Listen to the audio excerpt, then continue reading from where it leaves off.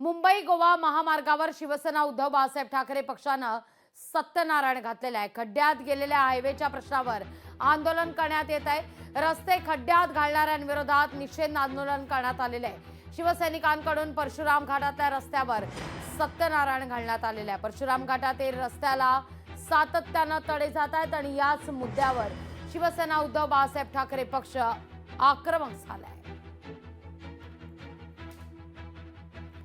रत्नागिरी मुंबई गोवा महामार्ग आणि हा महामार्ग या ठिकाणी अद्यापही काम रखडलेलंच आहे आणि याच ठिकाणी गोवा हायवेवर सत्यनारायणची पूजा मांडत सत्यनारायण घालत या सगळ्या संदर्भात शिवसेना उद्धव बाळासाहेब ठाकरे पक्ष हा आग्रही किंबहुना आक्रमक झाल्याचं पाहायला मिळत आहे। परशुराम घाटात सातत्यानं तडे जात आहेत। प्रसंगी वाहतूक थांबवण्यात येते।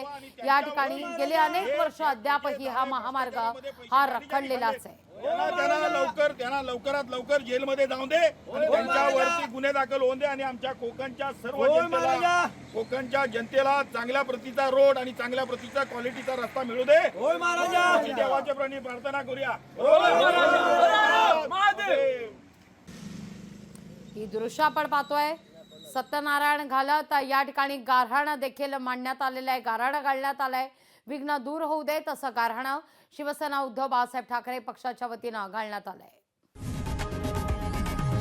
लोकशाही मराठी ऐका, पहा, जागरूक रहा।